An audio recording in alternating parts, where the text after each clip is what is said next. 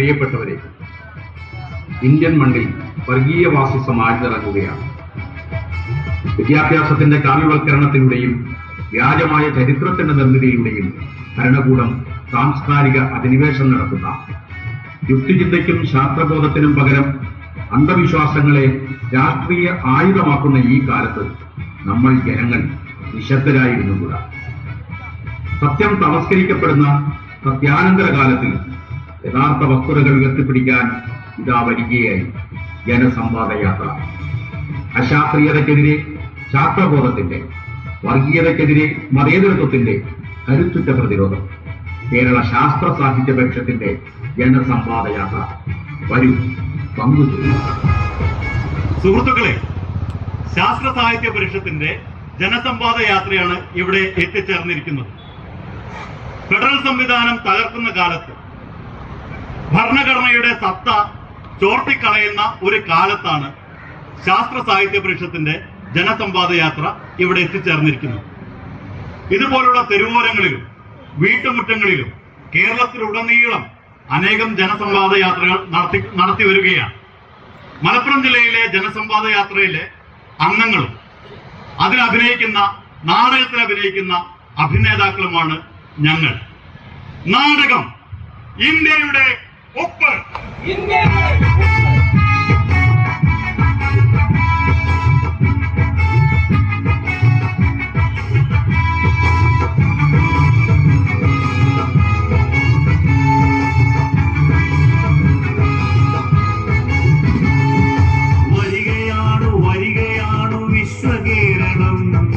അണിനിരന്നു നീങ്ങുമി പ്രബുദ്ധ കേരളം.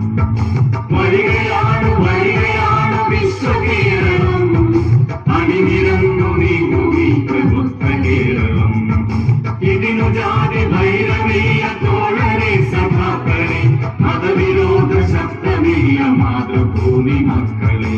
കൊടി പിടിച്ച കൈകൾ തമ്മിൽ ഒന്നു ചേർന്നു ശക്തിയായി അണിയിൽ വന്നു ചേരുവി മഹാജന പ്രവാഹമേ. കൊടി പിടിച്ച കൈകൾ തമ്മിൽ ഒന്നു ചേർന്നു ശക്തിയായി അണിയിൽ വന്നു ചേരുവി മഹാജന പ്രവാഹമേ. വരികയാണു വരികയാണു വിശ്വകേരളം. അണിനിരന്നു നീങ്ങുമി പ്രബുദ്ധ കേരളം. വരികയാണു വരികയാണു വിശ്വകേരളം. അണിനിരന്നു നീങ്ങുമി പ്രബുദ്ധ കേരളം.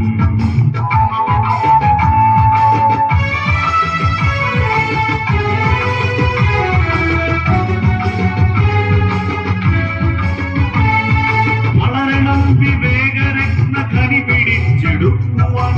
വരിക വരിക തോളുരുങ്ങി തോളുരുങ്ങി നീങ്ങണം. വളരണം വിവേകരത്ന കനി പിടിച്ചെടുക്കുവാൻ. വരിക വരിക തോളുരുങ്ങി തോളുരുങ്ങി നീങ്ങണം. വരികയാണു വരികയാണു വിശ്വകേരളം. അണിനിരന്നു നീങ്ങുമി പ്രബുദ്ധ കേരളം. വരികയാണു വരികയാണു വിശ്വകേരളം. അണിനിരന്നു നീങ്ങുമി പ്രബുദ്ധ കേരളം.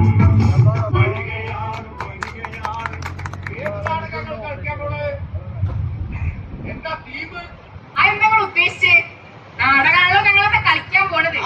സാധാരണ ഈ നാടകം ഇങ്ങനെ കളിച്ചു വരുമ്പോഴല്ലേ അതിന്റെ തീമൊക്കെ മനസ്സിലാകാൻ. എനിക്ക് നാടകം ഭയങ്കര ഇഷ്ടമാണ്. നിങ്ങൾ എല്ലാ നാടകവും ഞാൻ കണ്ടിട്ടുണ്ട്. അല്ല, അപ്പൊ കലാകഥ കണ്ടിട്ടുണ്ട്. ഞങ്ങളിവിടെ കേരളത്തിന്റെയും ഇന്ത്യയുടെയും കഥ പറയാൻ വേണ്ടി പോവുക. പഴയ കഥയാണോ പുതിയ കഥയാണോ? പഴയ കഥ ഓർമ്മയുണ്ടെങ്കിലല്ലേ പുതിയ കഥയുടെ അക്കതിരിയും. പഴയതൊന്നും മറന്നു പോകാത്തവരാ ഈ നാടിനെ മുന്നോട്ട് നയിക്കുന്നത്. ഓർമ്മകൾ ഉണ്ടായിരിക്കണം. അതെ അതെ, ഓർമ്മകൾ ഉണ്ടായിരിക്കണം. അല്ല, ഞങ്ങൾ നോക്കട്ടെ. അല്ല, ഈ നാടകത്തിൽ സൂത്രധാരുണ്ടോ? ഇല്ല, അങ്ങനെ ആരില്ല. എന്നാൽ ഞങ്ങൾ ചിലത് നിങ്ങളെ ധരിപ്പിക്കും. പണ്ടുകൾ നാടകത്തിൽ ഒരു സൂത്രധാരുണ്ടായി. കഥയിൽ മുന്നോട്ട് കൊണ്ടുപോകാനും കഥയിൽ വിട്ടുപോയ ഭാഗങ്ങൾ പൂരിപ്പിക്കാനൊക്കെ അധികാരമുള്ളവരാ. ഞാനൊരു കാണിയാണ്. ഇനി ആ കൂട്ടത്തിൽ കുടിക്കണേ. അതിനെന്താ, നിങ്ങളെ കൂടി ചേരുന്നതാണല്ലോ ഈ നാടകം. അതെ, ഈ നാടകത്തിൽ എല്ലാവർക്കും ഇടപെടാം, എല്ലാവർക്കും അഭിപ്രായം പറയാം. ഇടപെടാലോ? ഇടപെടാം. അപ്പോ കേരളത്തിന്റെ കഥ കഥയല്ല, കാര്യം. രാമ രാമ രാമ രാമ രാമ രാമ രാമ രാമ രാമ രാമ രാമ രാമ രാമ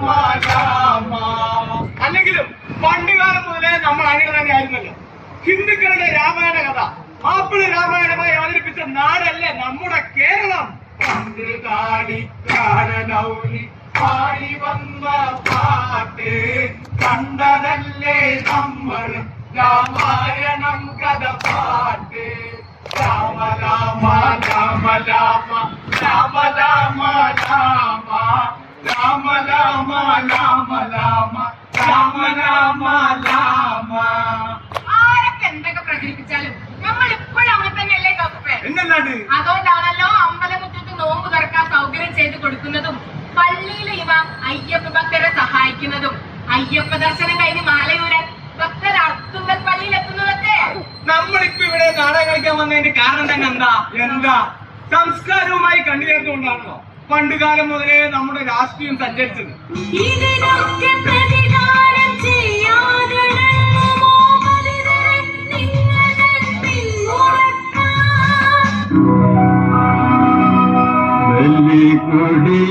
ബലികുടീരങ്ങളേ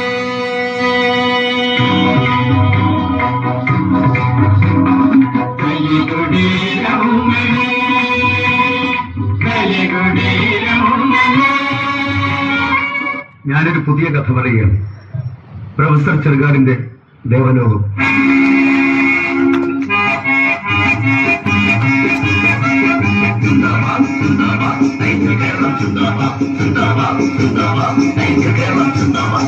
ഒരു പടുകൂറ്റൻ പ്രകടനം ഇതാ എറണാകുളം ഷൺമുഖം റോഡിലൂടെ. ഞാനൊരു പുതിയ കഥ പറയുകയാണ്. നാടകവും കവിതയും കഥാഭാസവും നൃത്തമൊക്കെ നമുക്ക് രാഷ്ട്രീയ പ്രവർത്തനം തന്നെയായിരുന്നു. അതുകൊണ്ടല്ലേ ഗാന്ധിജിയെ കുറിച്ചും ഗുരുവിനെ കുറിച്ചും നമ്മുടെ മക്കൾക്ക് പറഞ്ഞു കൊടുത്തു. ഒരു കാര്യം പറയാൻ മറന്നു. മോൻ കോളേജിൽ നിന്ന് പഠനയാത്ര പോയിരിക്കുക അഹമ്മദാബാദിക്ക്. അഹമ്മദാബാദിലോ? ഗാന്ധിജി മ്യൂസിയം കാണാനേ. സബർമതിയിലേക്ക് ഞാൻ സ്കൂളിൽ പഠിക്കുന്ന കാലത്ത് കുറെ അറിഞ്ഞതാ ഈ സബർമതിനെ പറ്റി. എനിക്ക് പോകണമെന്ന് വലിയ ആഗ്രഹമുണ്ട്, പക്ഷെ ഇതുവരെ നടന്നില്ല. നിങ്ങളുടെ നാടകത്ത് സബർമതി ഉണ്ട്. എന്നാ പിന്നെ വിട്ടോ നാടക വണ്ടി സബർമതിയിലേക്ക്.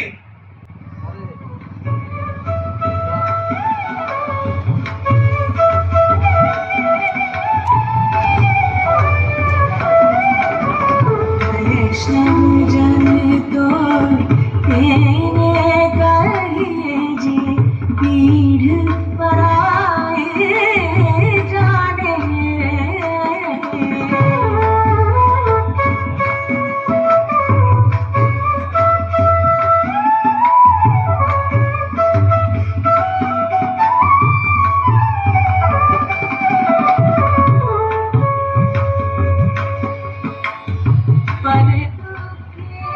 ഇന്ത്യൻ സ്വാതന്ത്ര്യ സമര ചരിത്രത്തിലെ സുപ്രധാന ഏടായ ദണ്ഡിയാത്ര ആരംഭിച്ചത് സബർമതിയിൽ നിന്നായിരുന്നു.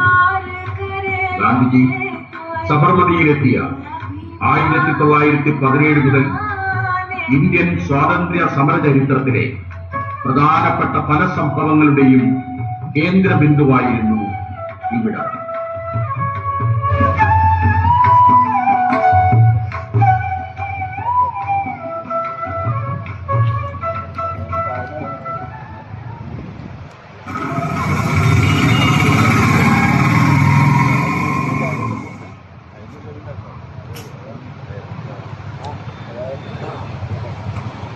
അല്ല ഈ ഹോട്ടലിൽ വെച്ചിട്ട് തൽക്കാലം ഞാൻ കൊടുക്കും.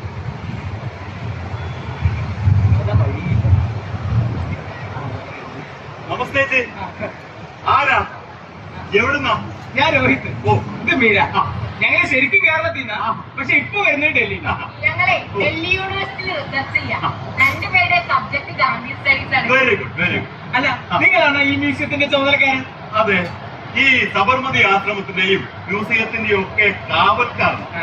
വരും, കാണിക്കാം.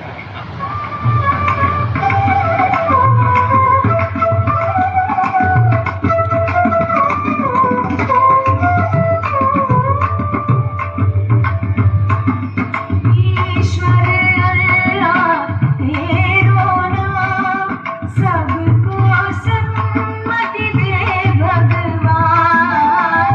ईश्वर अल्लाह तेरो नाम.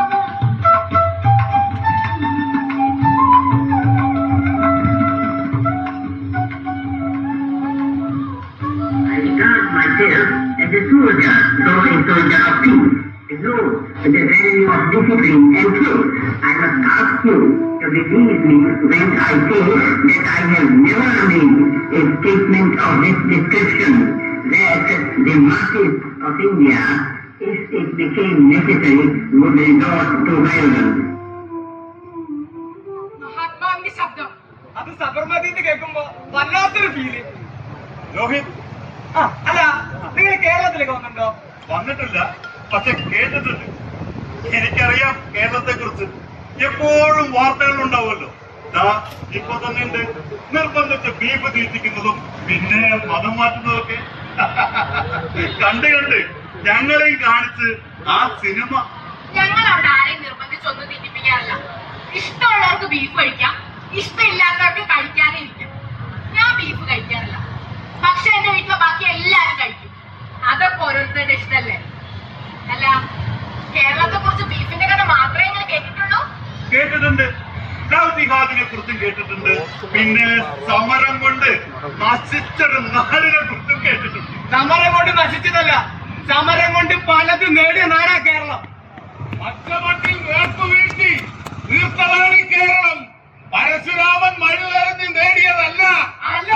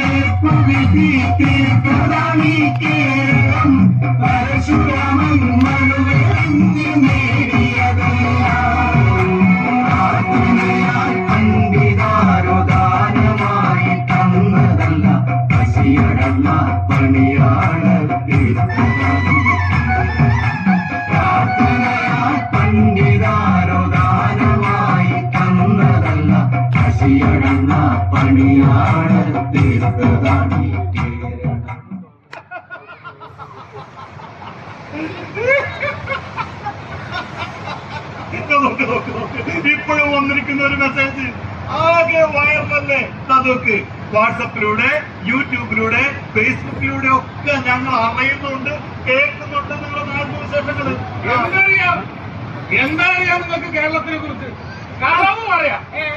നാടകങ്ങളെ നാടകം സത്യമല്ലേ? ആ സത്യമല്ലേ നിങ്ങൾ ഈ കളിക്കുന്നത്? നാടകം കാണാൻ മാത്രമുള്ളതല്ല, അതൊരു സമരം കൂടിയാണ്. ഈ നാടിനെ മാറ്റിമറിക്കുന്നതിൽ വലിയ പങ്ക് വഹിച്ചിട്ടുണ്ട് നാടകങ്ങൾ. കേട്ടിട്ടില്ലേ?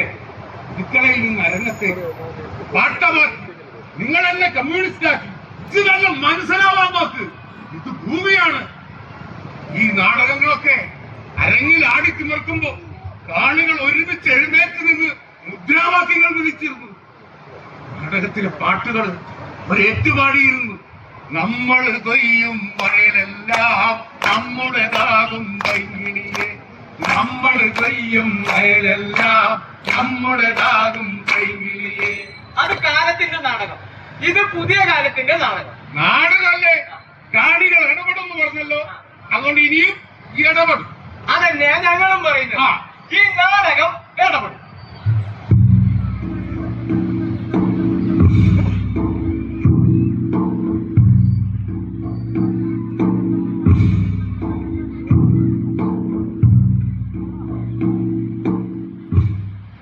നിങ്ങൾ കണ്ട സിനിമയല്ല യഥാർത്ഥ കേരളം. നിങ്ങൾ പ്രചരിപ്പിക്കുന്ന വ്യാജ മെസ്സേജുകളും അല്ല യഥാർത്ഥ കേരളം. നിങ്ങളുടെ ലക്ഷ്യം വേറെയാ, അത് ഞങ്ങൾക്ക് നന്നായി അറിയാം. നിങ്ങളെ വിത്തൊരുക്കാണ്. കേരളത്തിന് പുറത്ത് വിതച്ച് പൊലിപ്പിക്കാനുള്ള വർഗീയതയുടെ വിത്ത്. വർഗീയതയുടെ വിത്ത്.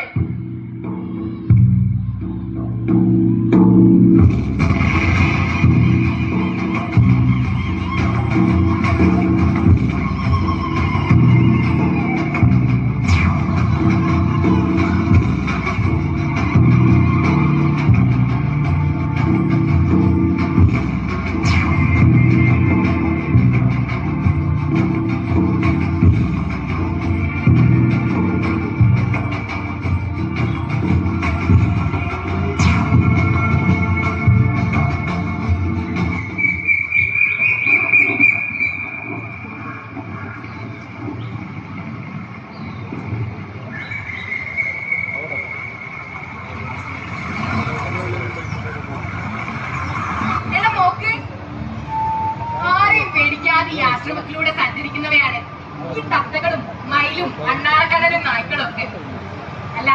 അല്ലെങ്കിലും ബാപ്പുവിന്റെ ഈ ആശ്രമത്തിൽ ആരെ പേടിക്കാനെന്നായിരിക്കും അവരൊക്കെ കരുതുന്നത്.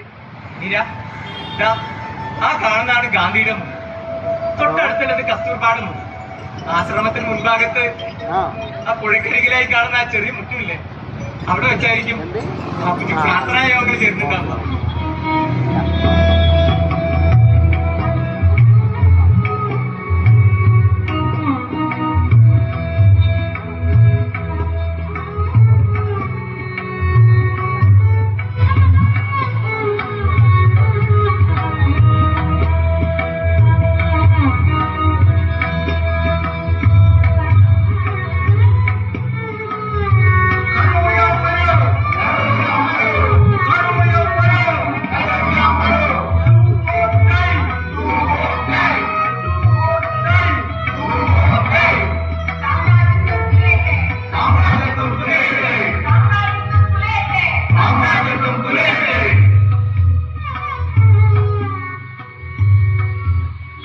ഗാന്ധിജി ദണ്ഡിയാത്ര ആരംഭിച്ചത് ഇവിടെ നിന്നാണ്, ഈ സബർമതിയിൽ നിന്ന്. കാരണം ഒരു ശ്മശാനത്തിനും തടവറയ്ക്കുമിടയിലാണ് സബർമതി ആശ്രമം.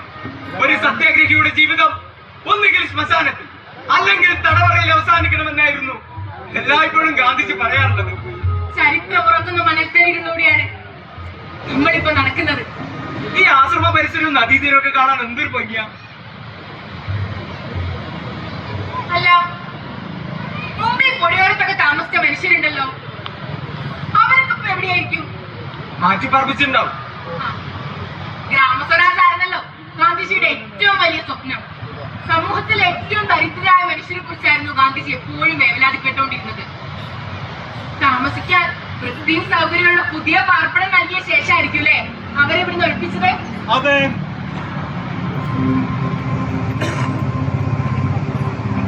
ഗാന്ധിക്കുള്ള പരിഗണന അത് ഞങ്ങൾക്ക് വളരെ പ്രധാനപ്പെട്ടതാണ്. കാരണം ഗാന്ധിജിയെ ഞങ്ങൾ സ്നേഹിക്കുന്നു. ഇന്ത്യയിൽ മറ്റാരും സ്നേഹിച്ചിട്ടില്ലാത്ത തരത്തിൽ ഞങ്ങൾ ഇപ്പോഴും ഗാന്ധിയെ സ്നേഹിച്ചുകൊണ്ടേയിരിക്കുകയാണ്. അതുകൊണ്ട് ഇവിടം വൃത്തിയാക്കുവാനും സുന്ദരവൽക്കരിക്കുവാനും ഒക്കെ ഞങ്ങൾ തീരുമാനിച്ചു.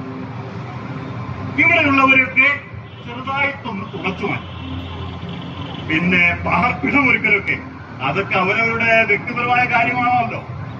അത് സർക്കാരിന് എന്ത് കാര്യം? കാര്യമുണ്ട്. ഗ്രാമസ്വരാജ് അതെന്താണെന്ന് അറിയോ താങ്കൾക്ക്? ഗാന്ധിജിയുടെ ഗ്രാമസ്വരാജ് എന്ന സ്വപ്നം സാക്ഷാത്കരിക്കാൻ വലിയ ശ്രമം നടത്തിയത് കേരളത്തിലാണ്. അവിടെ അതിദാരിദ്ര്യമില്ല, വീടില്ലാത്തവർക്ക് വീട് കൊടുക്കുന്നുണ്ട്, ഗ്രാമങ്ങൾക്ക് അധികാരമുണ്ട്. ഗാന്ധിജിയുടെ സ്വപ്നം ഓരോ ഇന്ത്യക്കാരന്റെയും സ്വപ്നമാണ്.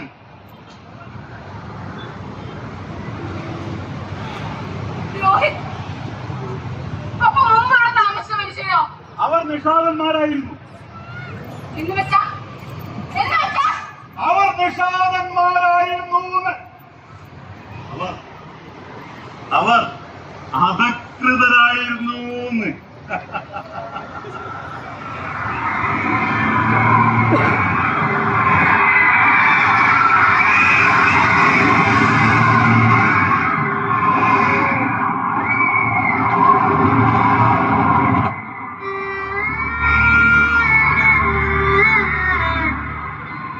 ഞാനവരെ കാണുകയാണ്. വികസന വഴിയിൽ കുടിയൊഴിപ്പിക്കപ്പെട്ട് അഭയം തേടി അലഞ്ഞ ആയിരക്കണക്കിന് പാവങ്ങള്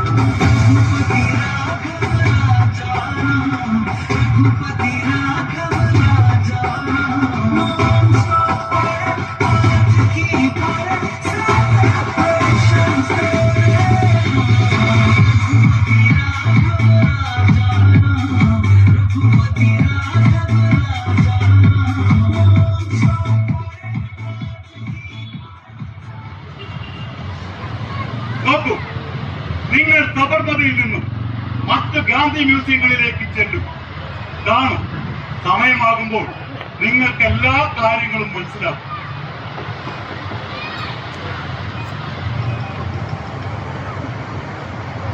ആ വീര, നീ പുസ്തകം കണ്ടോ? മുഗൾ ചരിത്രം. ഇത് കിട്ടിയത് എവിടെന്നാന്നറിയോ? ഐതിഹ്യങ്ങളുടെ ഷെൽഫിൽ. പരിണാമ സിദ്ധാന്തത്തെ കുറിച്ചുള്ള പുസ്തകങ്ങളെ ശാസ്ത്രത്തിന്റെ ഷെൽഫിലില്ല. ആ, ഇവിടെ ശാസ്ത്രത്തിന്റെ ഷെൽഫിലെ കുറച്ച് പുസ്തകങ്ങൾ കണ്ട് ഞാൻ ഞെട്ടി. ദശാവതാര കഥ, അഗ്നിപുരാണം, മത്സ്യപുരാണം, ബ്രഹ്മപുരാണം, അങ്ങനെ എന്തൊക്കെയോ. അബദ്ധം പറ്റിയതായിരിക്കുമോ? ഹേയ്, ബോധപൂർവം തന്നെ ചെയ്തതാ.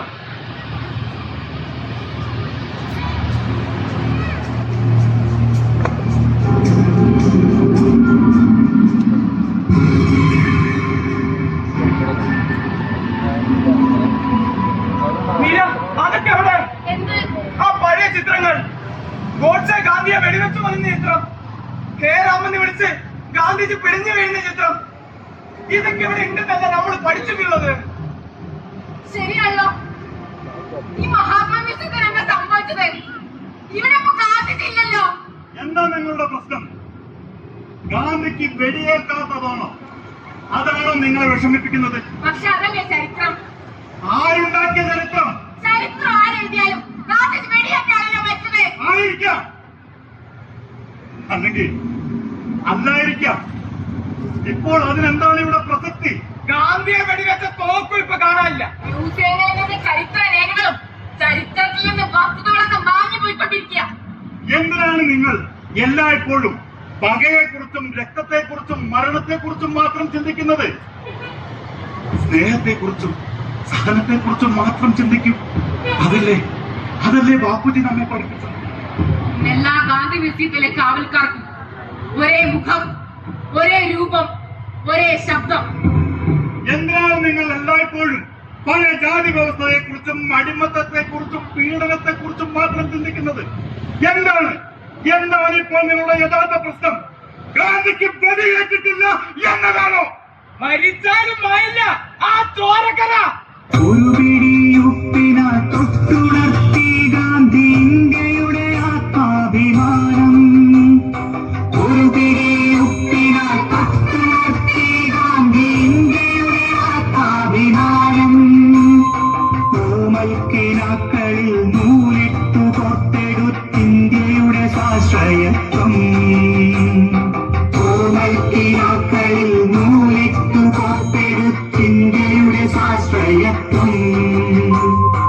ഒടുവിലിട നെഞ്ചിലൊരു കൂരമ്പു കൊള്ളും മണ്ണിനെ പുൽകിടുന്നു. ഒടുവിലിട നെഞ്ചിലൊരു കൂരമ്പു കൊള്ളും മണ്ണിനെ പുൽകിടുന്നു. ആദ്യമൊരു ഗോഡ്സെ, പിന്നെയോ പിന്മുറക്കാർ. കൊല്ലുന്നൊരുവനാം സ്വപ്നങ്ങളെ, കൊല്ലുന്നൊരുവനാം സ്വപ്നങ്ങളെ.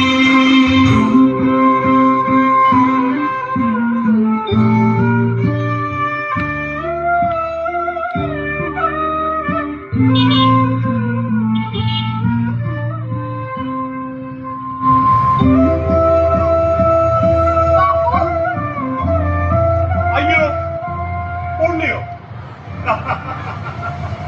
ഞാൻ പറയാൻ മറന്നു. ഇത് നിങ്ങളുടെ ബാപ്പുജിയല്ല. ബാപ്പുജിയിൽ നിന്നും കിട്ടുന്ന കാരുണ്യമൊന്നും ഇതിന് നിങ്ങൾ പ്രതീക്ഷിക്കരുത്. വേറെ വെയിലേറ്റതല്ലേ കൂട്ട പൊള്ളും. അതുകൊണ്ടല്ലേ കൂട്ടിലിട്ടത്. ബാപ്പുജിയെ തൊടാനോ ബാപ്പുജിയുടെ അടുത്തേക്ക് ചെല്ലാനോ ഞങ്ങൾ ആരെയും അനുവദിക്കാറില്ല. തടവിലാണിപ്പോഴും ഗാന്ധി. ഇരുട്ടിന്റെ അഴികൾക്കകത്താണ് സ്വപ്ന സ്വരാജ്യം. തടവിലാണിപ്പോഴും ഗാന്ധി. ഇരുട്ടിന്റെ അഴികൾക്കകത്താണ് സ്വപ്ന സ്വരാജ്യം. എനിക്ക് അഭിനയിക്കണം. ഗാന്ധിയുള്ള ഈ നാടകത്തിൽ ഗാന്ധിയായിട്ട് എനിക്ക് അഭിനയിക്കണം. കെട്ടടങ്ങാത്ത സ്വാതന്ത്ര്യദാഹമായി കടലിരമ്പുന്നു, കടലാത്തിരമ്പുന്നു. കെട്ടടങ്ങാത്ത സ്വാതന്ത്ര്യദാഹമായി കടലിരമ്പുന്നു, കടലാത്തിരമ്പുന്നു. കടൽ കടഞ്ഞു നാം തീരുന്നു തിലകനെ, ഗാന്ധിയെ, ഭഗത് സിംഗിനെ, ബോസിനെ. കടൽ കടഞ്ഞു നാം തീരുന്നു തിലകനെ, ഗാന്ധിയെ, ഭഗത് സിംഗിനെ, ബോസിനെ.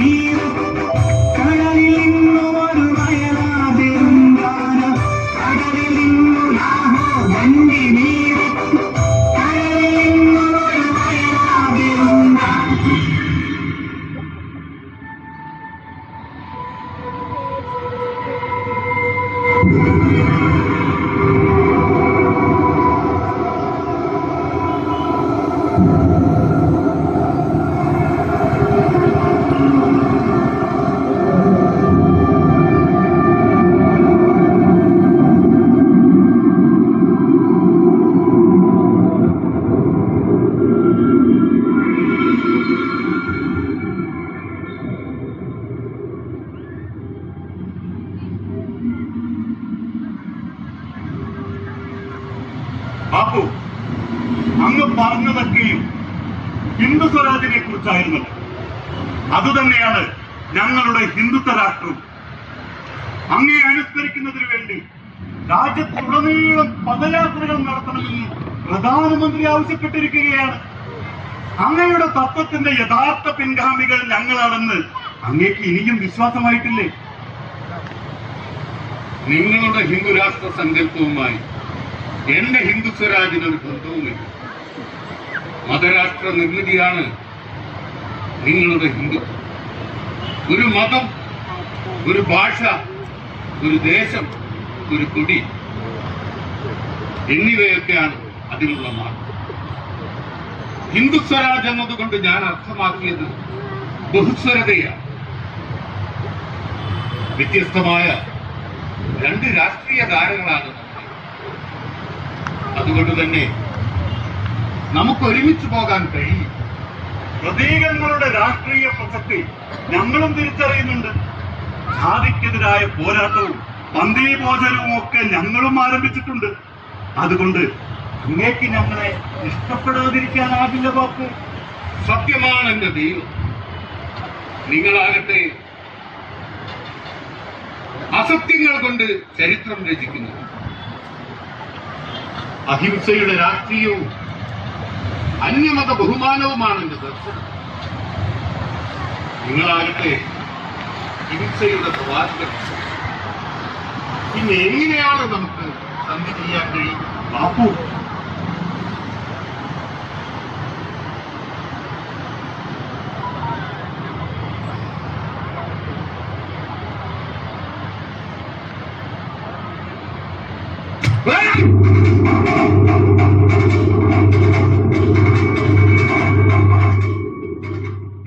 വിചിത്രമായ രീതിയിൽ അപ്രതീക്ഷിതമായ ഇടങ്ങളിൽ പ്രതിപക്ഷമായി പ്രത്യക്ഷപ്പെടുകയാണ് താങ്കൾ ഇപ്പോൾ.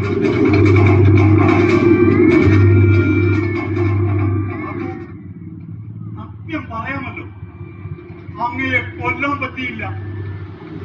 അതുകൊണ്ട് അങ്ങയെ വളർത്താൻ കിട്ടുമോ എന്നാണ് ഞങ്ങളിപ്പോൾ നോക്കുന്നത്.